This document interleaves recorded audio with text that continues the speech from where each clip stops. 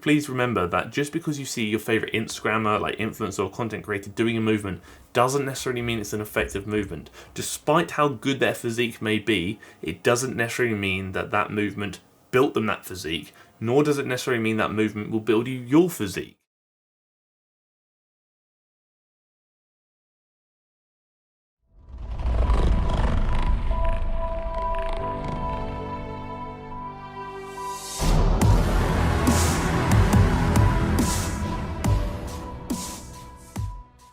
I'm going to be honest with you, I was actually meant to film this video yesterday, but I may have got a bit caught up in Stranger Things Season 4. It's my bad. And when I started the first episode, saw they were like an hour and 20 minutes long, I sat there and I was like, might have to do the video later. Or maybe even tomorrow. And we end up doing it tomorrow, but I'm not mad about that because we're still here. Basically, video time, obviously. And we're covering a few things that have been brought to my attention, and have actually been brought to my attention for a fair while now, which is Instagram inner, outer thigh and booty workouts, which I know is something that's been lingering on this channel for many, many years now. It gets brought to my attention quite a lot, so I thought, you know, this is a great opportunity for me to discuss my thoughts and why I think these inner/outer thigh workouts probably aren't as effective as you might think, and also why a lot of Instagram glute workouts probably aren't as effective as you might think as well. Before I waffle into your ears for the next 12 to 15 minutes, I must crack on with the bits and bobs that I always crack on with. If at any point you decide you like the video, please let me know you like the video by liking the video. 1,300 likes in the first 24 hours is the goal, so if we can reach out, that'll be bloody stupendous. I would very much appreciate it. If you haven't already, please do consider clicking the red button down below to subscribe to the channel, and maybe even the bell next to it so you get notified when I upload every week, twice a week. And if you have a question you want me to answer at the end of the next video, please do consider dropping it down below in the comment section for comment question of the week, and I shall do so. This is the headwear I was going to wear last week, which I didn't end up wearing, but we're wearing this week. So this wig was meant to give me a fringe, but instead it's given me a concerning hairline, and it's also not hiding the fact that my forehead is huge. But we can't do anything about it, so we're going to power through nonetheless. Video time. A couple of names that really got brought to my attention recently were two people I have covered many, many moons ago, being Ashleigh Jordan and Tammy Hembrow. So the first thing we're going to discuss is this. A little wrong versus right on the Abductor Machine, which is a machine I see commonly used by a lot of Instagram influencers in their workouts. So the big thing here is obviously she's facing the machine and is kind of elevating herself and hovering on the machine, whereas this way around she's actually using the machine as kind of intended, with a bit of additional hip flexion there.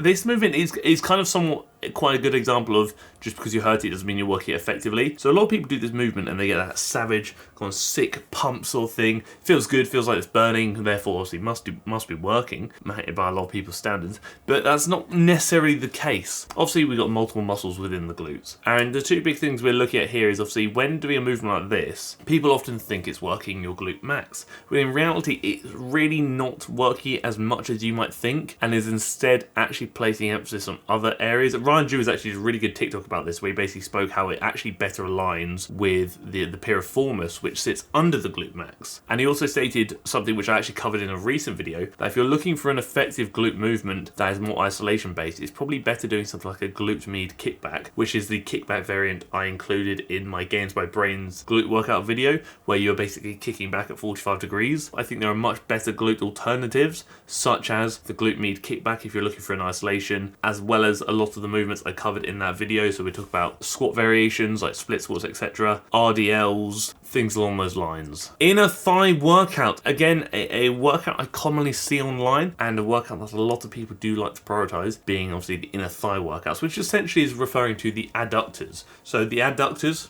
are on the inside, the abductors are on the outside. I'm going to give my thoughts on this. Obviously you've got a sumo squat with a heel lift, 4x20 with a jump, interesting, and a lying single leg adduction. So a lot of people when doing like adduction based movements like this, or maybe even the adductor machine that you see at the gyms, which is the opposite of the abductor machine we've just seen in Ashleigh's other video, any kind of adduction based movement, sure, can certainly be used, but again it's very much a time and a place sort of thing. You're probably going to get sufficient adductor stimulus doing either a really deep squat or leg press, or a wider stance leg press. Limiting your range of motion on the squat here is almost kind of limiting how involved your adductors are. So what I would do is you're going to include squat variations. Really make sure you're hammering full range of motion and really going as deep as you can. Depth is obviously very much dependent on the person, as we all can't go quote unquote arse to grass, but we can certainly go as deep as we can, and we can work on improving that range of motion over time by working through that movement and becoming more efficient at that movement, as well as considering things like mobility drills, perhaps ankle mobility, things along those lines.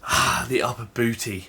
We see this all the time. Movements of this I've never aligned with. I think this is a very overrated movement that a lot of these influencers do incorporate because it looks pretty cool. It's really not going to do as much as you might think it will. And also the bar placement of the bar being overhead, in fact, is actually going to provide further limitations. If you really wanted to do this movement, I would put the bar on your back and lift more weight with it. Putting it overhead reduces how much weight you can lift without actually changing the range of motion the muscles are going through. In fact, it just adds additional weaknesses and variables to consider, such as arms, shoulders getting tired, and maybe even additional core fatigue. I think you're going to get much better stimulation when looking at glute workouts, doing things like hip hinge movements, so RDLs, squat variations, leg press variations, even like I said, the glute med kickback, something like that. But the sad reality is they're not very Instagrammable, which is obviously a bit of a limiting factor for a lot of these individuals. Banded squat variation, again, is essentially abducting while squatting. Again, it's very much a question of this will really burn. This actually will really burn your bottom and probably burn your legs as well.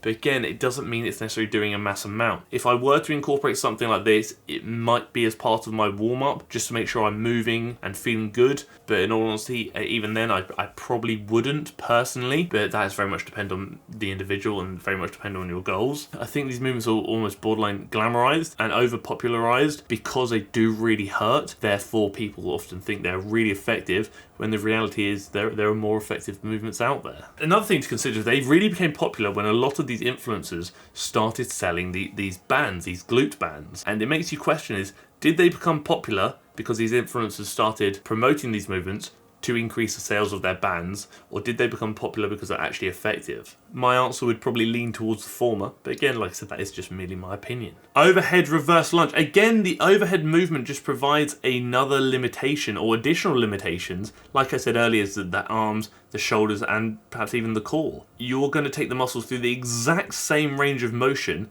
if the bar was on your back. The difference is you will have less limiting factors, therefore less weak links in the chain. You'll also be able to increase the load used, which is obviously going to be a great time. Whether you reverse lunge or regular lunge is completely up to you. I do think the regular lunge is a fantastic glute movement. It just troubles me a bit when a lot of these influencers push a lot of emphasis onto overhead movements. The last thing you want is your shoulders, arms, or core to give out before your glutes do, thus limiting how effective this movement is for those glutes, because you can't take them to, if not close to failure, because you're actually taking other areas to failure before you take the glutes to failure. I feel like Ashleigh is probably likely slowing down the movement so you can place a bit more emphasis on the contraction, then gravitating more towards like really feeling the mind-muscle connection, which I know I have covered recently and given my thoughts on. Sure, if you want to sumo squat, you can sumo squat, that's completely up to you. Is it one of my preferred glute movements? Probably not. When it comes to hypertrophy, I would really focus on controlling the eccentric, which is the way down, and exploding on the concentric, which is the way up. I would only really consider using like time under tension based movements when either trying to work around injury potentially, or maybe when working on technical issues that need to be addressed, so more like technical analysis and technical improvements, as I don't think time under tension work, specifically the deliberate slowing of the concentric portion of a rep, is particularly amazing for hypertrophy. That being said, if you do want to include time under tension work,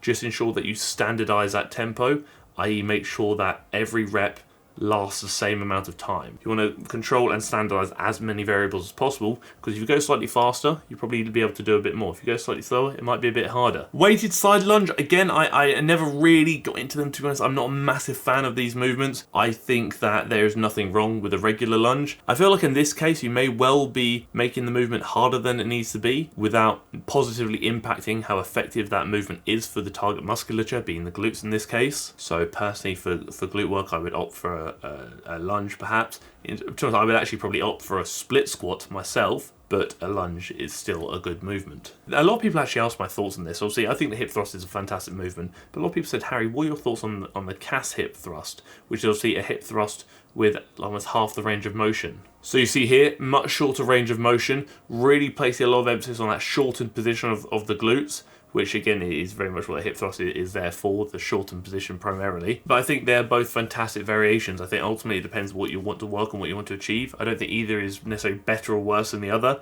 I think there are pros and cons to both of them. So again, like I say, it really just comes down to you, your preferences, and what you're trying to achieve. So Tammy Hembrow, somebody who has popped up many times before, but somebody I haven't actually looked up for a long time. And although this video is quite old, it was sent to me recently, I thought it'd be interesting to have a look at this. The first one we're doing is a sumo deadlift on the Smith machine. First of all, look at the heels elevating, which means a lot of pressure is going through those toes, which again is not going to be spicy 10 out of 10 technique. Obviously, when you're doing any kind of like squat, leg press, deadlift, whatever it may be, I tend to kind of push a lot of emphasis through the midfoot, which is why I often say the cue of big toe, little toe, heel into the floor, so create that triangle of pressure of the foot, thus evenly distributing that weight and be able to push through the midfoot. When it comes to the glutes themselves, I think when considering deadlift variations, there are better alternatives than the sumo deadlift. And again, my preferred one would be a Romanian deadlift or stiff leg deadlift, whichever one you prefer, with slightly more knee flexion, so slightly more bend in the knees, thus allowing you to push your hips back a bit further,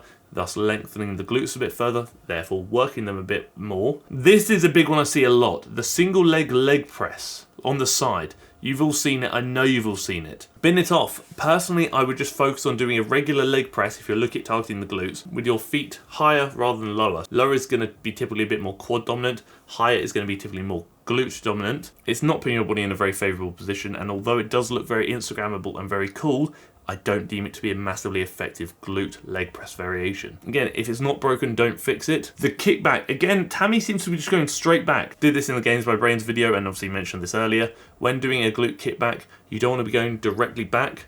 You want to be going back and to 45 degrees. What I said earlier still applies here.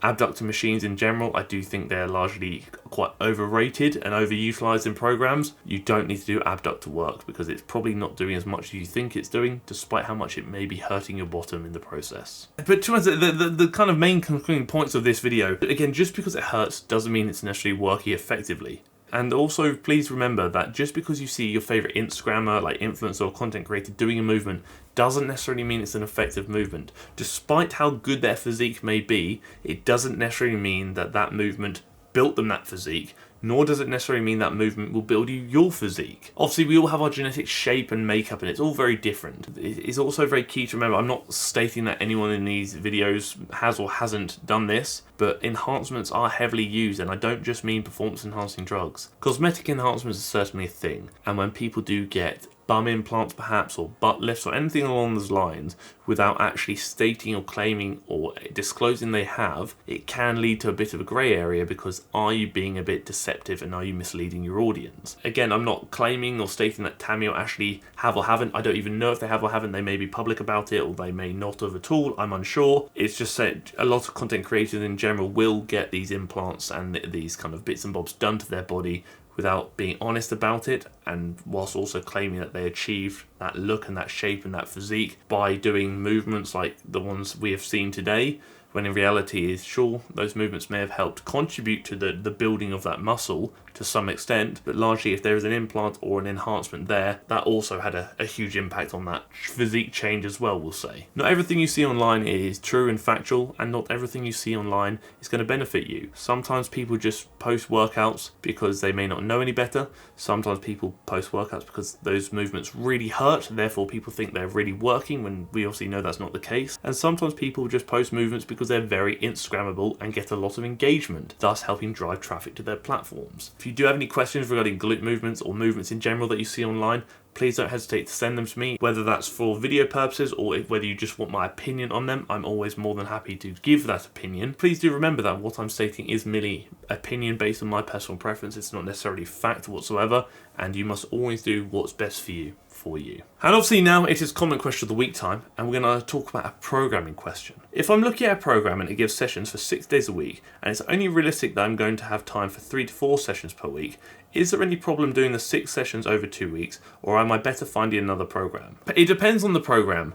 Ultimately, provided the program is, let's say, a push-pull legs repeat program where you're doing push-pull legs twice a week, you can certainly do that over 2 weeks instead of just over 1. But if it's targeting different muscle groups on each day, completing the body in 1 week, it's probably best not to do that over 2 weeks, because then you're only targeting some muscle groups once every 2 weeks, when in reality we do want to ideally target them at least once a week, but I would actually say preferably for a lot of muscle groups at least twice a week. Personally, obviously depending on what your goals are, I would maybe look at a different program, one that's maybe, if you're, let's say, doing 4 days a week, a bit more upper lower focused, so you're hitting everything twice a week still. If you're doing 3 days a week, you could maybe do a full body program, so you're hitting everything 3 times a week, so you're still getting sufficient volume per session, but also you're hitting each muscle group with enough frequency per week, we'll say. But again, this very much depends on your goals and what you're trying to achieve. But for most goals, I would probably say try and hit everything twice a week if you're able to. And like I said, that may require you to look at another program instead of the one you currently have. That is it. That is the video. Those are my thoughts and opinions, and hopefully you tolerated them. I found the moth. It is walking along right in front of me. I hope it's okay. I will guide him outside